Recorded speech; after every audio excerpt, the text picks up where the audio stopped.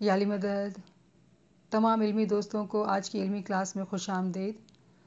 آپ تمام جانتے ہیں کہ پچھلے ہفتے ایک لیکچر کیا گیا تھا 7 دروازے دوزخ کے، جس پر کچھ سوال موصول ہوئے تھے، تو ایک اور فالو اپ لیکچر کیا گیا تھا۔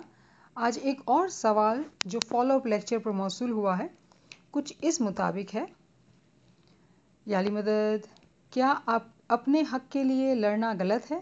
ہم اکثر سنتے ہیں کہ حق اور سچ بات کرنے اور سننی چاہیے، اور خاموشی سے ظلم سہنے والا ظلم کرنے والے سے زیادہ برا ہے، کیونکہ اس کے ظلم کرنے سے ہماری روح کو گھاؤ لگا۔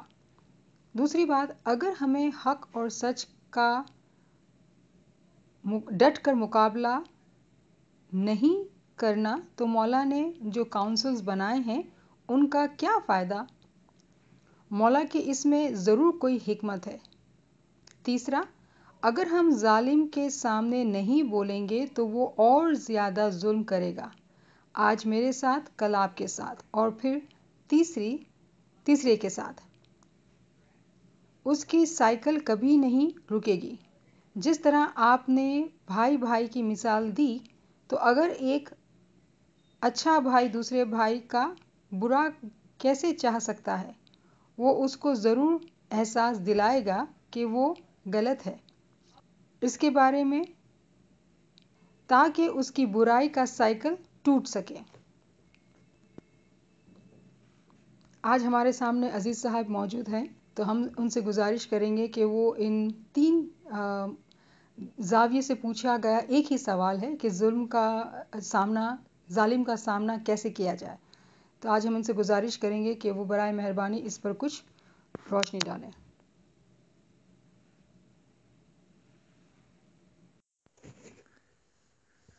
جی، تو یہ کچھ سوالات ہیں جو تھینک یو آپ نے اس کو ریلے کیے ہیں، اور یہ ہماری بہن جو سوال کو پوچھ رہی ہے، اور سوالات اچھے ہیں، لیکن دیکھنا ہوگا کہ ہم نے جس طرح سے بیان کیا اور جس طرح سے اس کی سمجھ آئی وہ دونوں ایک ہے یا کچھ سمجھ میں فرق ہے۔ چونکہ آپ نے اپنے لیکچر کے اندر یہ بات کی اور ایک کتاب کا ریفرنس دیا اور 1-2 بھائیوں کا ریفرنس دیا کہ ظلم اگر ہوتا بھی ہے تو مومن جو ہے خاموش رہتا ہے، اور آپ نے اس دلیل کو اس لیے پیش کیا تھا کہ ایک مومن شخص جو ہے وہ نہ صرف ظلم کو برداشت کرتا ہے بلکہ ظلم اس کی نفس کے لیے اچھا ہے۔ اور مجھے بہت اچھا لگا جب آپ نے کہا کہ کیسے ممکن ہے کہ امام اپنے بچوں پر ظلم ہوتا ہوا دیکھے اور کچھ نہ بولے۔ اگر امام کچھ نہیں بولتا ہے کہ جب وہ ہم پر ظلم ہوتا ہوا دیکھتا ہے تو اس کا مطلب ہے اس کے پیچھے کوئی بہت بڑی حکمت ہے۔ جب ایک مومن کسی برے وقت سے گزرتا ہے، بلکہ آپ ایک شخص کو لیں، دنیا کے کسی شخص کو بھی لیں، جب وہ کسی دکھ سے، کسی مصیبت سے، کسی ظلم سے گزرتا ہے تو اس پر کیا ہوتا ہے، کیا بات ہوتی ہے اس کے اندر، کیا چیز آتی ہے اس کے اندر؟ ایک، اس کے اندر عاجزی آتی ہے۔ دوسرا، اس کے اندر خدا کی یاد بہت آ جاتی ہے۔ تیسرا، وہ خدا سے بہت قریب ہو جاتا ہے اور دنیا سے دور، کیونکہ اب اس کو دنیا پسند نہیں ہے۔ کیوں؟ کہ دنیا ظالم ہے۔ آپ نے دیکھا کہ ایک مومن کی مثال اسی لیے اچھی تھی کہ جب اس پر ظلم ہوتا ہے تو وہ اس کو برداشت کرتا ہے۔ کیوں؟ کہ وہ اس کے لیے روحانی ترقی کا بہانہ بنتا ہے۔ اگر آپ نے کبھی سنا ہو اس بات کو کہ ایک مومن اس وقت بہت زیادہ ترقی کرتا ہے جب وہ دارالضد میں ہوتا ہے۔ دارالضد یہ 2 الفاظ ہیں، یعنی کہ وہ گھر جو آپ کے خلاف ہو یا وہ جگہ جو آپ کے لیے اچھی نہ ہو۔ تو کہتے ہیں کہ روحانی ترقی وہاں پر زیادہ ہوتی ہے جہاں پر دارالضد ہو، یعنی کہ جہاں پر تکالیف زیادہ ہے وہیں پر روحانی ترقی بھی زیادہ ہے۔ کیوں؟ کہ اس وقت وہ بہت ہی عاجز ہو جاتا ہے، اس وقت وہ خدا کو بہت زیادہ یاد کرتا ہے، اور اس وقت وہ امام کے بہت قریب ہو جاتا ہے۔ تو چونکہ سوالات کے اندر اس طرح سے انہوں نے کہا کہ نہیں، ظلم کو برداشت نہیں کرنا چاہیے، کیونکہ ظلم ہمارے نفس کو پر داغ لگاتا ہے، ہماری روح کے اوپر داغ لگاتا ہے۔ نہیں، ہماری روح کے اوپر کوئی داغ نہیں لگتا ہے ان ظلم سے۔ ہمارے خیالات پہ ضرور داغ لگ جاتے ہیں، لیکن ہماری روح پر کوئی داغ نہیں لگتا ہے، بلکہ ہماری نفس جو ہے اس کو بہت بڑی چوٹ لگتی ہے جب ہم پر کوئی ظلم کرتا ہے۔ نہ، اس کا مطلب یہ ہرگز نہیں ہے کہ آپ اپنے آپ کو مصیبت میں ڈال دیں یا اپنے آپ کو ایسی جگہ پر رکھیں کہ جہاں پر آپ پر ظلم ہو۔ لیکن سپوز کریں ایگزامپل کہ جس طرح سے انہوں نے ایگزامپل دی دو بھائیوں کی، تو وہ بھائی کیا بیوقوف تھا کہ وہ اپنے دوسرے بھائی کا ظلم سہتا جا رہا تھا؟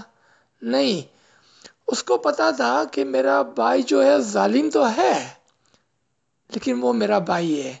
دوسری بات جو اس کو پتا تھی وہ یہ تھی کہ اگر میں نے اپنے بھائی کو چھوڑ دیا تو وہ دندے میں اتنا مضبوط نہیں ہے، وہ اپنا دندہ کھو دے گا، اس کی فیملی دکھی ہو جائیں گی، اس کی فیملی سڑک پر آ جائیں گی۔ حالانکہ میرا بھائی سمجھتا ہے کہ وہ بہت ہوشیار ہے، لیکن نہیں ہے وہ، اسی لیے تو وہ مجھ پر ظلم کر رہا ہے۔ دوسرا اگزامپل ہے کہ ایک آدمی جو جماعت خانے میں والنٹرلی ڈیوٹی کرتا ہے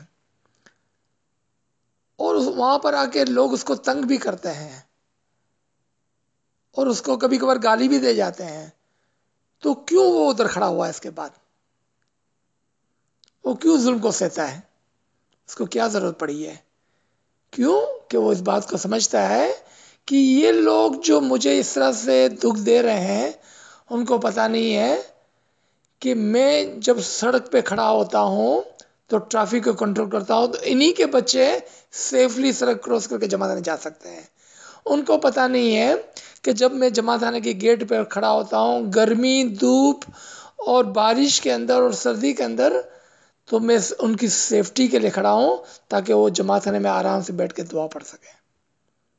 اور اگر میں جماعت خانے کے اندر کوئی ڈیوٹی دیتا ہوں تو اس لیے تاکہ وہ ڈسپلن سے، خاموشی سے اپنی دعا کو ادا کر سکے۔ وہ اس بات کو جانتا ہے، جس طرح سے یہ دونوں بھائیوں کے اندر وہ بھائی اس بات کو جانتا ہے کہ میرا بھائی ظالم ہے، مجھ پہ ظلم کرتا ہے، لیکن اگر میں اس کو چھوڑ کے چلا گیا تو وہ دھندا بھی ختم کر دیں گا، اس کی فیملی کو بھی تکلیف ہوگی، اس سے بہتر ہے کہ میں تھوڑا سا ظلم برداشت کر لوں۔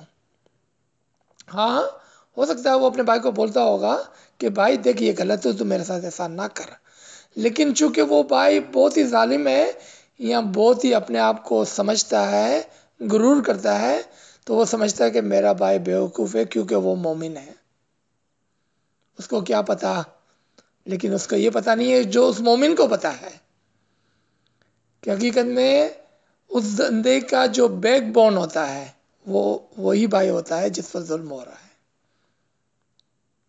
آئیں آپ ہی کے دوسرے سوال پر، کیوں ایسا لگ رہا ہے کہ آپ نے ایک ہی سوال کو 3 الگ الگ طریقے سے پوچھا ہے کہ کیا ہم ظلم کے خلاف آواز نہ اٹھائیں؟ اب ظلم بھی 2 قسم کے ہوتے ہیں۔ ایک وہ ظلم جو آپ کے سول رائٹس کو ہرٹ کرتا ہے، یعنی کہ مجموعی طور پر ایک معاشرے کو، ایک قسم کے لوگوں کو، ایک قوم کے لوگوں کو یا ایک مذہب کے لوگوں کو تنگ کیا جاتا ہے، تو اس کے خلاف آواز اٹھانی ہوتی ہے۔ یعنی کہ یہ کلیکٹیولی جب ظلم ہوتا ہے، فور ایگزامپل کہ جب انڈو پاک ایک تھا اور ہم پر برٹش کا راج تھا، یعنی کہ ہم کو غلام بنایا گیا تھا، تو ہم نے اس ظلم کے خلاف آواز اٹھائی تھی۔ ہاں تو یہ ظلم کے خلاف آواز اٹھانا جائز ہے. کیوں؟ کہ وہ کلیکٹیولی میٹر ہے، وہ مجموعی مسئلہ ہے، وہ سول رائٹ کا مسئلہ ہے. جبکہ آپ کے گھر کے اندر اگر کوئی مسئلہ ہے، فور ایگزامپل لے لیتے ہیں، ہسبینڈ وائف کے اندر، بہو ساس کے اندر، بچے ماں کے اندر، باپ بیٹے کے اندر، دو بھائیوں کے اندر، تو یہ ظلم جو ہے وہ معاشرے کو خراب نہیں کر رہا ہے، وہ کلیکٹیولی بہت سارے لوگوں کا مسئلہ نہیں ہے، یہ صرف آپ اور آپ کے بھائی کے درمیان میں ہے. آپ اس کو خاموشی سے حل کرتے ہیں. اسی لیے ہمارے امام نے آربیٹریشن بورڈ کھڑی کی ہے کہ ہمارے دو اسماعیلیوں کے درمیان میں اگر جھگڑا ہو، یعنی کہ دو بھائیوں کے درمیان میں جھگڑا ہو، تو ہم اپنے آپس میں اس کو سلجھائیں، نہ کہ باہر جائیں. اور آپ کے یہ کہنا کہ کاؤنسل پھر امام نے کیوں کھڑی کی ہے؟ ہاں، کاؤنسل اسی لیے کھڑی کی ہے کہ وہ ہمارے مسائل کو حل کرے، اگر ایسا کوئی مسئلہ ہے جو حل کیا جا سکتا ہے. لیکن چھوٹے موٹے معمولی مسائل کو ہم خود ہی آپس میں حل کریں. اور اگر ایسا کوئی مسئلہ ہے کہ جس کی وجہ سے ہمارے گھر کے اندر ہمیں کوئی تکلیف ہے، تو پھر آپ اس کو تولیں اور دیکھیں کہ کیا اس کے اندر میری نفس کو چوٹ لگتی ہے، کیا اس کی وجہ سے مجھے روحانی ترقی ہو رہی ہے، کیا اس میں میرا کوئی مذہبی فائدہ ہے. اگر ہے تو آپ خاموشی سے اس کو برداشت کریں، یا تو خاموشی سے اس کو اگنور کر دیں، یا آپ ایسا کہیں کہ یہ تو نا سمجھ ہے، میں کیا اس سے منہ ماروں. اس کی اگزامپل بھی ہے، اچھی اگزامپل ہے، کہ جب آپ کا بیٹا، یعنی کہ آپ جو اس وقت یہ کہہ رہے ہیں کہ بھئی میرا ہسبینڈ، میری ماں، میرا باپ، میرا بھائی، میری ساس مجھ پہ ظلم کرتی ہے، تو میں کیسے برداشت کروں. لیکن جب آپ کا بیٹا آپ کو تنگ کرتا ہے تو کیا آپ اس کو کاؤنسل میں لے جاتے ہیں، آربیٹریشن بورڈ میں لے جاتے ہیں، کورٹ میں لے جاتے ہیں؟ کہاں لے جاتے ہیں اس کو؟ آپ نہیں لے جاتے ہیں اس کو. تو کیوں یہ فرق؟ کیوں کہ آپ کی محبت اپنے بیٹے کی طرف زیادہ ہے، اپنے شوہر، اپنے بھائی، اپنی ماں، اپنی ساس کی طرف سے؟ یا آپ کی سمجھ میں فرق آ جاتا ہے، آپ کہتے ہیں میرا بیٹا ہے نا، کوئی بات نہیں ہے. تو کیا یہی بات آپ اپنے بھائی کے لیے نہیں کہہ سکتے ہیں کہ یہ میرا بھائی ہے نا، کوئی بات نہیں ہے؟ آپ کا بیٹا کتنا بھی یعنی کہ نادانی کرتا ہے، آپ کبھی بھی اس کو آربیٹریشن بورڈ میں نہیں لے جاتے ہیں. لیکن آپ کے بھائی نے ایک مسٹیک کی، آپ فوراً لڑنے مرنے پر آ جاتے ہیں، اس کو کاؤنسل میں لے جاتے ہیں، اس کو کورٹ میں لے جاتے ہیں. تو یہ کس طرح سے آپ اس کو جسٹیفائی کریں گے؟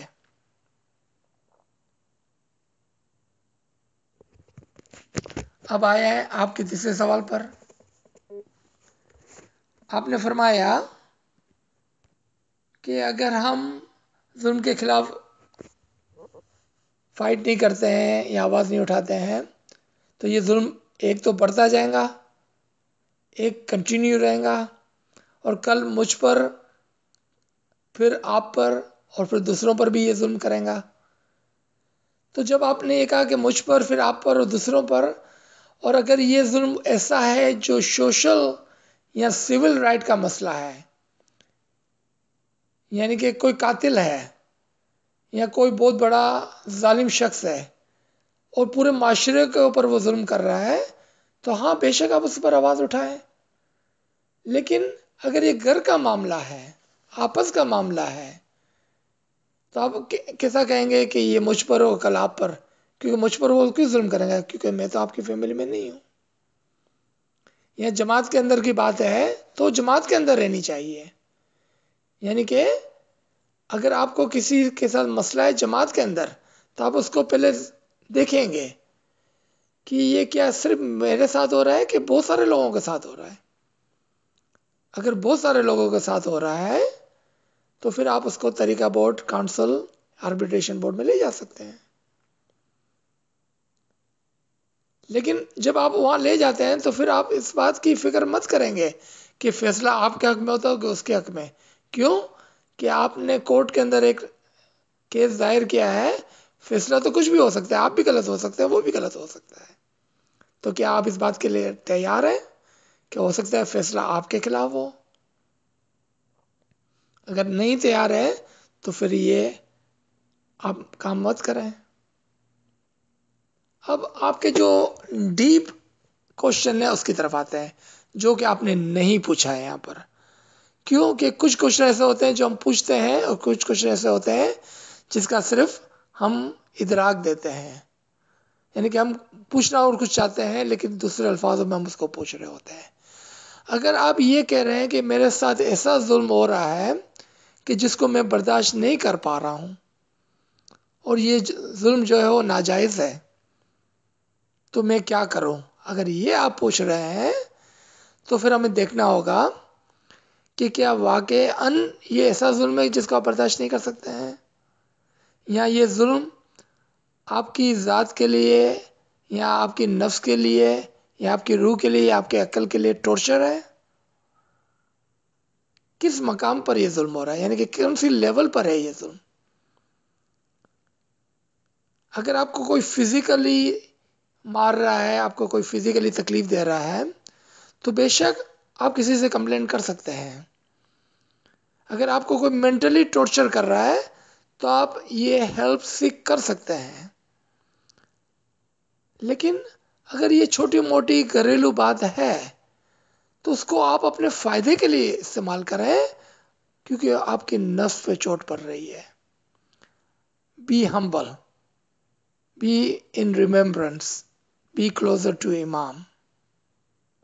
آپ عاجز ہو جائیں، کہیں کہ میں مظلوم ہی ٹھیک ہوں، میں ظالم نہیں ہونا چاہتا ہوں. کیا آپ چاہتے ہیں کہ آپ ظلم کریں اس کے اوپر تو پھر آپ خوش ہو گئے؟ نہیں، یہ ہمارا طریقہ نہیں ہے، یہ ہمارا مذہب نہیں ہے. ہمارا مذہب میں یہ سکھایا جاتا ہے کہ مظلوم بہتر ہے ظالم سے. تو آپ عاجز ہو جائیں، آپ مظلوم ہو جائیں، تو خدا آپ سے راضی ہو جائے گا.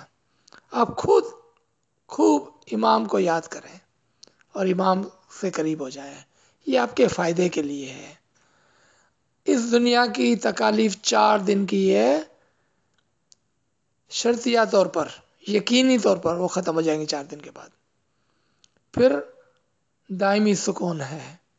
اگر آپ نے خاموشی سے ظلم کو برداشت کیا ہوگا تو اللہ آپ کے حق میں بہت بڑا انعام رکھیں گا. اگر آپ نے ظلم کا بدلہ ظلم سے دیا تو پھر آپ میں اس میں کوئی فرق نہیں، اور آپ کے لیے کوئی انعام نہیں، اور نہ ہی اس ظالم کے لیے کوئی گناہ ہوگا، کیونکہ آپ نے اس کا بدلہ ظلم سے دے دیا، تو اس کے اوپر بھی کوئی گناہ نہیں ہے اور آپ پر بھی کوئی ثواب نہیں ہے. یعنی کہ دونوں ہی گنہگار ہو گئے اور دونوں ہی برابر ہو گئے، آپ میں اور اس میں کوئی فرق نہیں ہے. پھر اگر آپ امام سے انعام چاہتے ہیں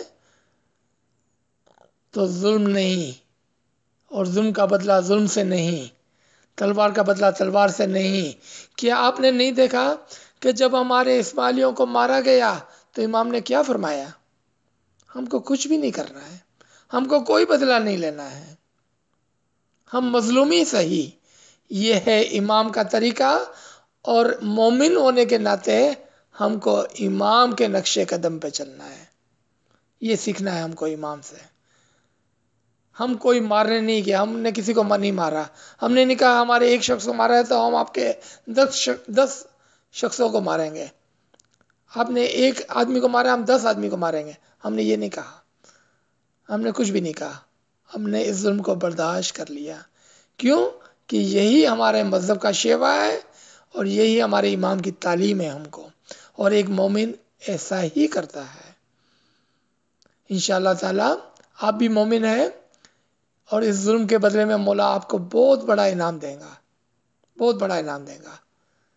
اور آپ آخرت میں خوش ہو جائیں گے کہ آپ نے ظلم کا بدلہ ظلم سے نہیں دیا، بلکہ آپ نے اس کو برداشت کیا. آپ نے خوب امام کو یاد کیا اور امام کی قربت کو پایا. انشاءاللہ تعالی بہت نوازش. یا علی مدد، یا علی مدد.